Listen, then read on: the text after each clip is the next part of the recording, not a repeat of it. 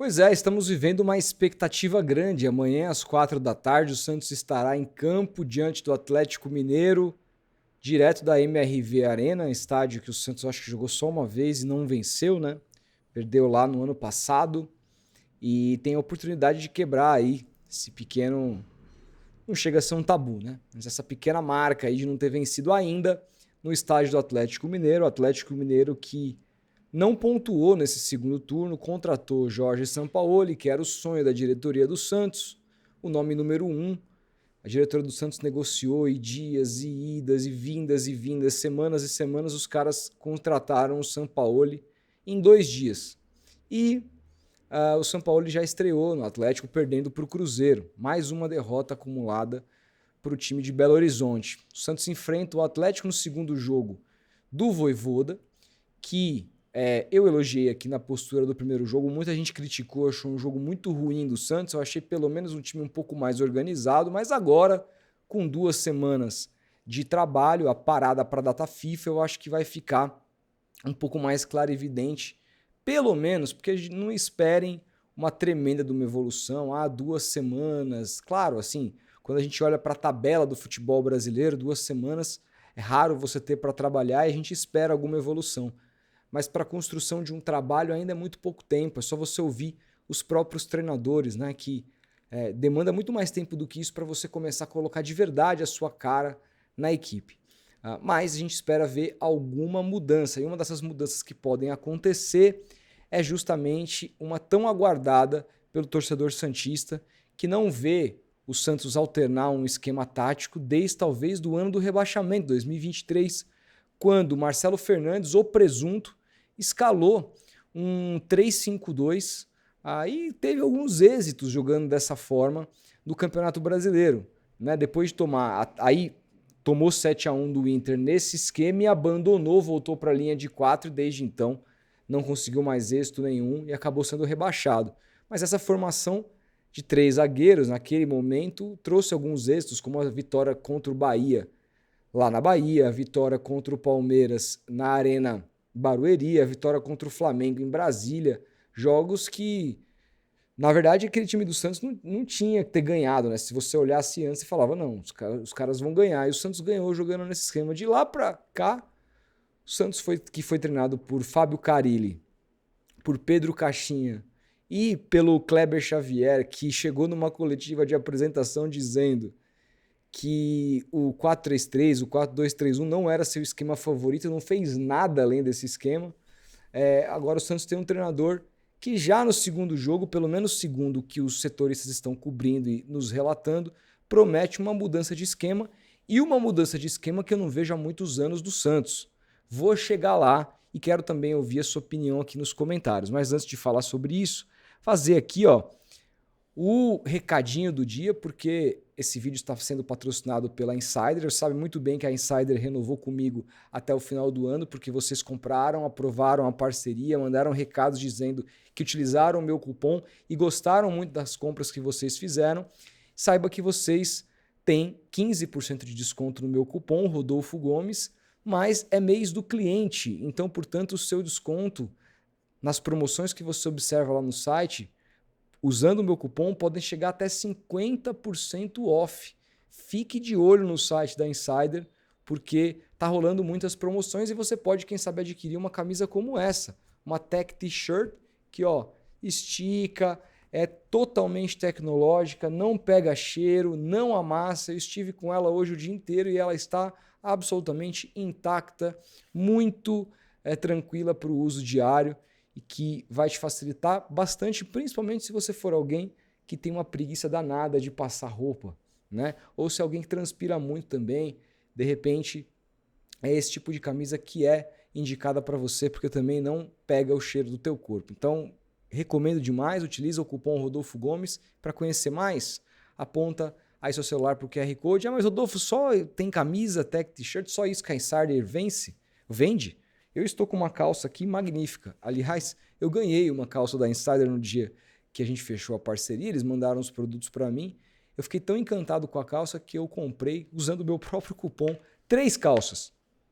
De todas as cores que eles tinham lá, outras 3 porque, assim, eu me apaixonei gosto muito da marca e já conhecia e me permitia conhecer ainda mais produtos. Então faça isso você também, porque é uma parada de qualidade. A gente precisa de coisas de qualidade que não vai ser 1, 2 lavagens que a gente vai ter que jogar na lata do lixo, ver gola esgarçando. Ninguém quer roupa ruim. E a Insider tem as melhores do mercado. Fechado?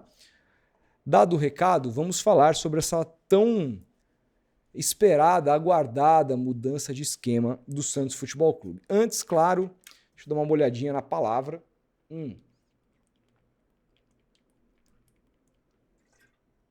O Santos vai ser escalado, segundo aí todos os setoristas estão apontando, eu vi bastante coisa no Twitter, com brasão no gol. Eu vou falar daqui a pouco dos nomes, tá? Mas eu quero me ater principalmente ao esquema primeiro. Então, vamos lá, escalação. Brasão, linha de 4 com Mike, a linha de 4 permanece por hora. Mike, Zé Ivaldo, é isso mesmo que você está ouvindo. Luan Pérez e Escobar, a mesma linha de 4 do confronto contra o Fluminense. João Schmidt de primeiro volante, jogaria numa espécie de 2 caras ali, camisa 8, um pelo lado esquerdo, que seria o Zé Rafael, e outro pelo lado direito, que é o Vitor Hugo, que é recém-chegado do Flamengo. E esses 3 meio-campistas dariam suporte ali, até para se defender numa linha de 3 volantes, para dar liberdade para o Neymar, que seria a cabeça desse losango, e, portanto, lá na frente, Guilherme e Lautaro Dias, os 2 mais soltos. O Guilherme não seria, segundo o que foi o esquema que foi divulgado pelos setoristas, não seria nesse jogo um ponta esquerda. Seria um atacante junto com o Lautaro Dias. A gente sabe que esquemas táticos, eles, por mais que eles sejam números, eles se modificam ao longo do jogo. O time tem jeitos de atacar e vai ter jeitos de se defender. Vamos ver como que o Santos vai jogar sem bola, por exemplo.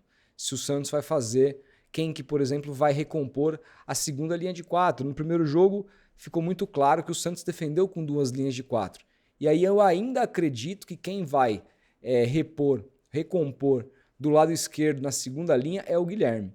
Imagino que o Santos vai se defender com essa primeira linha, né, com Mike, Zé Ivaldo, Luan Pérez e Escobar. A segunda linha, no momento defensivo, deve ser com Guilherme pela esquerda, o Vitor Hugo pela direita, Zé Rafael e Schmidt centralizados, com o Neymar e o Lautaro à frente dessa segunda linha. Imagino que esse será o momento defensivo, mas o que me causa mais curiosidade é o momento ofensivo. Como que o Santos vai se portar? Será nessa espécie de 4-3-1-2 que o Santos vai jogar mesmo? Com 3 volantes apoiando por trás, o Neymar solto, 2 atacantes mais centralizados?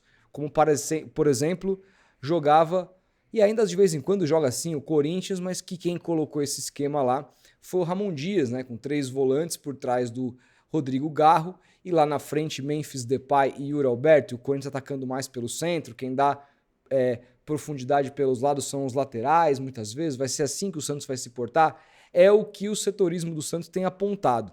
Acho que o Santos pode se comportar assim em alguns momentos, mas eu ainda estou cético, ainda espero pagar para ver, porque eu não me lembro do Vojvoda ter escalado em 4 anos de Fortaleza um esquema dessa natureza. Não me lembro. O que eu acho que pode acontecer é uma espécie de 4-3-1-2, pelo menos quando você olha para a função do jogador, mas a disposição tática mais parecida com aquilo que a gente já está acostumado. Com o Guilherme caindo mais pela ponta esquerda, o Vitor Hugo mais pela ponta direita, o Neymar centralizado, o Lautaro lá na frente, e então Schmidt e Zé Rafael vindo por trás. Acho que pode acabar sendo o mesmo esquema de antes com os mesmos jogadores.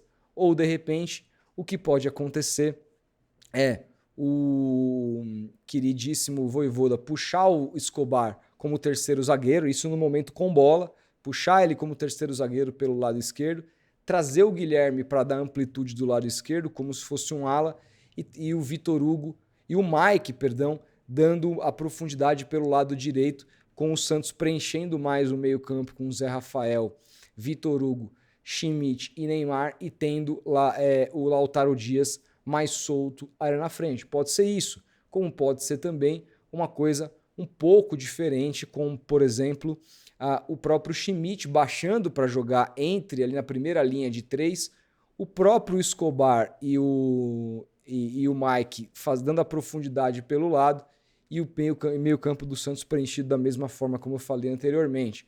Pode ter muita variação e é muito difícil. Primeiro porque a gente não viu os treinos, segundo que a gente recebeu informações que o Vojvoda com os mesmos jogadores escalou, fez uma série de testes táticos.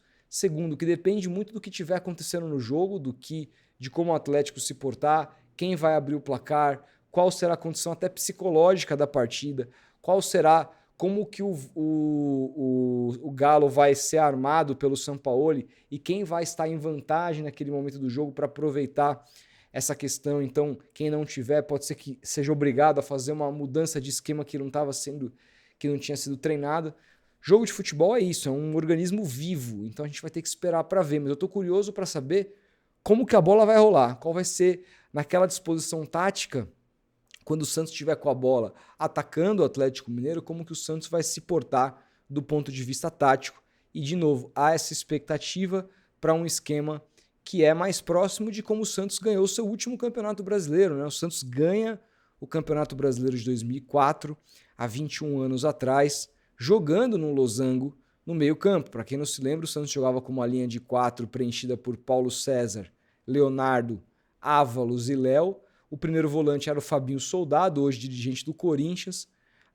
E aí você tinha Ricardinho pelo lado esquerdo, quase que na posição do Zé Rafael, mas canhoto. Você tinha na direita ali o Preto Casagrande e o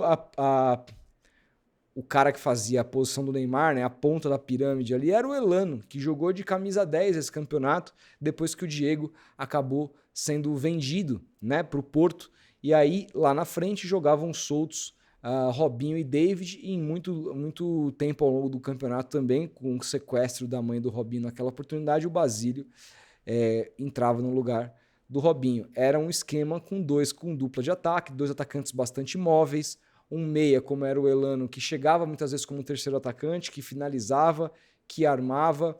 O Ricardinho, que armava o time lá de trás, jogava numa posição mais como se fosse um camisa 8 mesmo, só que era um meia armador de muita qualidade. E um Preto Casagrande, que era um box-to-box, né? Não existia esse termo na época, mas era o que ele fazia. Só com o Fabinho sendo o cara mais preso à frente dessa zaga. O Léo subindo e descendo toda hora e o Paulo César jogando com muita experiência. Desde então, o Santos, eu não me lembro ter jogado com losango. O Santos já teve outros esquemas no 4-4-2, jogando com duplas de ataque, mas eu não me lembro muito em jogar com losango no meio campo, e esse esquema caiu em desuso no futebol mundial de algumas décadas para cá, por ele ser considerado o pior esquema possível para você se defender, né? Porque se você, mesmo você tendo 3 volantes aqui, dando liberdade para o meia e para os 2 atacantes lá na frente, no momento de contra-ataque você tem que se defender com 7 e não com 8. Por isso que eu acho que o Guilherme vai ter que se sacrificar um pouco, sair do ataque e voltar a fazer uma bela de uma corrida para recompor do lado esquerdo a segunda linha. É o que eu imagino, mas de novo, a gente só vai saber quando a bola rolar. É um trabalho novo, a gente já está na expectativa de conhecer melhor o Vojvoda. O próprio Vojvoda no Fortaleza, lá ele surpreendia lá no 3º, no 4º ano, não vai ser aqui no 2º jogo que ele não vai surpreender. O mais importante é que, independentemente do esquema, que o Santos jogue bem, que o Santos esteja compacto, que o Santos seja associativo, que os jogadores individualmente saibam o que tem que fazer, que eles não tenham medo de jogar, que eles se associem, que eles marquem, que eles briguem, que eles façam falta. Jogo fora de casa é muito importante que você pare a jogada em contra-ataques para ganhar o jogo na experiência. É importante que você tenha aquela certa catimba também para segurar a torcida adversária, criar aquele frisson. Então, cair, ficar um pouquinho mais ali, é normal, futebol é assim. Então, eu espero que o Santos vá com a mente vencedora para esse jogo mesmo e faça uma boa partida. O resultado não se controla, mas que a gente chegue aqui na live depois do jogo. Eu falei que o jogo seria às 6, o jogo é às 4, jogo do Premier, portanto às 6 estarei eu começando a live aqui no canal de pós-jogo, que vocês gostam tanto. Estarei aqui, espero que independentemente do resultado, elogiando mais uma atuação. É claro que nesse momento o Santos precisa mais do resultado do que de atuação. A situação do Santos é muito perigosa no campeonato. Mas também a gente tem que entender que está começando um trabalho. O Santos topou começar um trabalho a essa altura. Então a gente precisa entender também que o time precisa aos poucos pegar a cancha, começar a encorpar como time e a falar a verdade, mesmo com a campanha nos últimos jogos do Atlético Mineiro, se você olha a tabela quando começa o campeonato para esse jogo, é um jogo mega perdível. Então, assim, são muito importantes os pontos que o Santos eventualmente puder somar lá. Mas o mais importante, eu acho que se encaixe o time para uma sequência que vai vir, talvez um pouco mais acessível, e que então o Santos possa dar uma arrancada na competição. Estaremos atentos a isso. Agora, com relação a nomes escolhidos pelo Vojvoda, aí eu tenho um pouquinho mais de contestação, tá? Primeiro, gente, vamos lá. O Santos foi escalado com o Mike na lateral direita, o Igor Vinícius treinou bastante, o Mike chegou a ter um probleminha e depois recuperou a posição. Assim, eu não acho que o Mike tá jogando bem, eu não teria contratado sequer o Igor Vinícius, mas nesse momento talvez eu começasse com o Igor Vinícius, porque eu não tenho gostado nada do Mike nos jogos. Acho que o Igor Vinícius, quando entra no segundo tempo, entra melhor do que o Mike tem feito. Mas eu entendo porque o Mike ganha o que ganha, veio para ser titular e tem que ter uma sequência. Então, beleza, não discuto. Agora, a minha grande questão aqui é a entrada do Zé Ivaldo, que só pode fazer mais 5 jogos com a camisa do Santos. O Santos vai ser obrigado a comprar por $1 milhão. Não é barato e, além de não ser barato, vai se comprometer durante anos de contrato com um jogador que tinha sido dispensado há um mês atrás, que estava treinando separado. Um jogador que a gente conhece muito bem, não se trata de um péssimo zagueiro, mas é um zagueiro extremamente irregular. Fez uma boa partida contra o Fluminense, como ele já fez outras boas partidas, que é uma ótima partida que o Zé Ivaldo fez, justamente contra o Galo, na Vila Belmiro, o jogo do primeiro turno, quando o Santos foi treinado aquele dia por César Sampaio, jogo da lesão do Neymar, lembra? No primeiro tempo, que ele sai chorando, estava com uma tarja azul ali na perna, e o Santos venceu por 2-1 esse dia. O Zé Ivaldo, inclusive, fez um golaço, jogou muito bem aquele dia. Ele é um jogador de boas partidas, mas é um jogador extremamente irregular, que eu teria no elenco do Santos só como uma opção de elenco. Jamais pagaria $1 milhão por ele, que ele cale minha boca, espero estar errado. Mas o meu ponto aqui não é nem o fato só de ter que exercer mais cedo ou mais tarde a compra do jogador. Porque, de novo, se o técnico acredita nele, se o técnico acha que pode melhorá-lo, se o técnico acha que pode fazê-lo crescer, quem sou eu, né? O Basso vinha jogando de maneira impressionantemente mais regular do que o próprio Zé Ivaldo, e eu acho que a demissão do Kleber Xavier passa muito pela lesão do Basso, porque o Santos vinha numa crescente defensiva até o Basso sofrer a lesão que sofreu, e aí o Santos não se encontrou mais, até porque não dava para. O Santos não tinha contratado os zagueiros que contratou, né? O Santos agora tem o Alex Duarte, que não foi relacionado ainda, mas o Adonis Frias.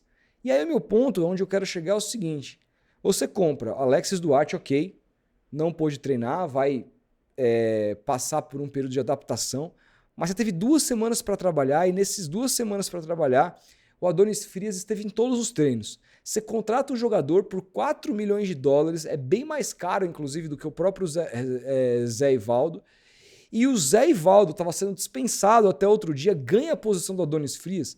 De 2 uma, gente. De 2 uma. Ou o Zé Ivaldo, de repente, virou o novo Thiago Silva, tá jogando pra caralho nos treinamentos, ou o Santos cometeu um erro gravíssimo em contratar o Adonis Frias, porque se o Adonis Frias, em 2 semanas, não conseguiu convencer o Vojvoda, tendo muito tempo, minutagem nos treinamentos como titular, que ele tem que ser o titular no lugar do Zé Ivaldo, se na avaliação do Vojvoda nessas 2 semanas o Adonis Frias treinou pior que o Zé Ivaldo, significa que o Santos fez uma péssima contratação. Eu sei, não dá para ser taxativo ainda, temos que esperar, mas o cara estava jogando, fisicamente está bem, o cara pode jogar, e aí a gente vai aparecer de novo com um zagueiro que estava dispensado até 2 semanas atrás. Eu não consigo entender isso. Para que então que o Santos contratou esses 2 zagueiros? Eu sei que precisava, eu sei que o Adonis imagino, ser importante, mas me desanima muito um jogador contratado pelo valor que foi ser reserva de um jogador como o Zé Ivaldo, que é um cara comum. Se o Adonis Frias for pior do que o Zé Ivaldo, jogamos de novo dinheiro no lixo, como fizemos com o Tassiano. Me preocupa muito essa escalação do Zé Ivaldo, não só pelo Zé Ivaldo, mas principalmente por ele ter ganhado a posição de um cara que chegou por um valor altíssimo. altíssimo. E referendado mais como titular até do que o próprio Alexis Duarte. Então, assim, me assustou essa escalação. Semana que vem, o Vojvoda vai ter o Alexis Duarte, de repente pode eventualmente pensar numa outra mudança de esquema, com linha de 3 e tudo mais. Vamos ver o que ele vai fazer para o próximo jogo contra o São Paulo, no dia 21, aí jogando em casa, na Vila Belmiro. Mas eu não entendi essa escalação do Zé Ivaldo, tá? No lado esquerdo, eu não escalaria o Escobar no lugar do Souza de jeito nenhum. Para mim, são outra categoria de jogador. E, de novo, tá preterindo a base, né? Preferindo um jogador experiente do que ter um jogador da base promissor, que já teve proposta de fora e propostas para ser vendido, comprado, até mais caro do que o próprio Lucas Meireles, que é um centroavante artilheiro da base. Se vê muito potencial no Souza, então eu não consigo entender. Eu acho o Escobar um ótimo jogador, assim, daquilo que ele se compromete a entregar, e ele entrega. Mas tecnicamente falando, não tem a menor comparação. E o Souza só foi mal num jogo, que foi a goleada do 6-0. Na minha opinião, não merecia ter perdido essa posição. Para mim é um erro do Vojvoda da manutenção do Escobar, embora ele conheça o Escobar. Conhece o Escobar, mas trocou o Escobar pelo Felipe Jonathan. Então não gosta tanto assim, né? Vamos combinar. E aí, você vê que é muito louco, né? Os meninos da Vila não jogam, mas os meninos do Flamengo jogam. Vitor Hugo, que foi contratado, nem chegou, já largou na frente. Ian, que nada. Bom Tempo machucou, é verdade. Mas antes da lesão do Bom Tempo, ele já vinha jogando como titular mais tempo do que o próprio Bom Tempo nos treinamentos. Então, há uma preferência pelo jogador da base do Flamengo, que o Santos não tem passe, que o Santos não tem nem opção de compra. Vamos valorizar a base dos ricaços aí. Claro, é importante que ele jogue bem, que ele dê os 3 pontos para o Santos, mas é uma filosofia de clube que me incomoda demais. A gente usa o artigo da base alheia e não usa o nosso próprio, tendo que a gente tem jogador promissor para jogar ali também. O Ian deve treinar muito mal, porque ninguém usa esse rapaz, né? A gente falava isso do Miguelito também. Aí ele acabou com o Brasil no primeiro tempo outro dia. E tá lá, na Série B. Né? Aí o Robinho, que a gente falava, não, puta promissor, não joga. E o Santos contrata um jogador para a posição do Miguelito e do Robinho, que é o Bilal, que é um cara que não deu certo em lugar nenhum. Tem 25 anos e foi dispensado da Bélgica, dispensado da França, dispensado da Inglaterra, não jogou em lugar nenhum. Que pode ser ótimo jogador, tomara que se encaixe, tomara que jogue bem. Mas, de novo, eu nunca vi o Santos negligenciar tanto a base. E quando a gente olha para essas escalações do Vojvoda nesse começo de trabalho, ele foi cobrado por isso, inclusive na primeira pergunta, depois do jogo contra o Fluminense, falando do uso dos atletas da base. Vamos lembrar que eu fiz um react aqui da análise do Josa Novares quando o Santos contratou o Vojvoda. E ele falou, não pense que o Vojvoda usa jogadores da base, porque ele não usa. E vai contra o discurso do Vojvoda. O Vojvoda disse que vai usar, então eu espero que ele use. Mas até agora tem preterido jogadores da base, ou pela base alheia, ou por jogadores mais experientes. De novo, não gosto desse tipo de filosofia. Eu acho que o Santos, sempre quando precisou da base, foi municiado à altura. Né? Eu acho que isso é o DNA do Santos Futebol Clube, e eu vou brigar por isso o tempo todo. Então, claro que importa pra gente os 3 pontos, importa que jogue bem, o caramba. O Sampaoli também não usava a base e o Santos jogava bem e todo mundo tem saudade dele. Eu também tive, então eu até concordo. Mas eu acho que mais do que resultado, a gente tem que ter uma filosofia de clube. E a nossa filosofia de clube é essa. E o Santos hoje prefere usar tudo, menos a sua própria filosofia de base. Então, isso me incomoda um pouco, mas o mais importante para amanhã é que o Santos jogue bem. Vamos ver quais serão os esquemas utilizados ao longo do jogo, porque não vai ser um só, tenho certeza disso. Qual vai ser a disposição tática da equipe, qual vai ser a postura em termos de competição da equipe, que enfrenta um Atlético que jogou na quinta. Em tese vai estar mais cansado. Aconteceu a mesma coisa quando o Santos foi enfrentar o Cruzeiro lá. O Cruzeiro dominou o primeiro tempo e caiu muito no segundo tempo fisicamente. Pode acontecer a mesma coisa. O árbitro é Bruno Arleu, que é um árbitro que inclusive gosta de apitar pro Santos. Vamos lembrar daquele famoso pênalti no ano do rebaixamento, que ele apitou para o Santos, inexistente contra o Goiás. Ele apitou Santos e Grêmio esse ano na Arena e não deu um pênalti em cima do Luan Pérez, que o Luan Pérez fez, e também não expulsou o Luan Pérez numa entrada violentíssima que ele deu também no começo do jogo. O VAR também não chamou, ele preferiu deixar os dois lances seguindo. Fato é que é um cara que sempre ali... Ele é muito fraquinho, tá? Mas os erros dele tendem a pender para o nosso lado. Que continue assim. Né? Porque no fim do dia, irmão, se ele errar eu vou falar, não tem problema, contra ou a favor. Eu não tenho clubismo nessa parte. Mas se for para ele errar, que ele erre a favor do Santos. Né? A gente é torcedor e a gente não tem culpa. É isso. E claro, amanhã eu voltarei aqui ao vivaço e a cores depois do jogo para dar os meus pitacos, os meus 2 centavos do que eu achei dessa partida. Fechado? Vocês concordam comigo? O que vocês esperam dessa partida? Comentem aí. A gente vai se falando. Um grande abraço e até a próxima.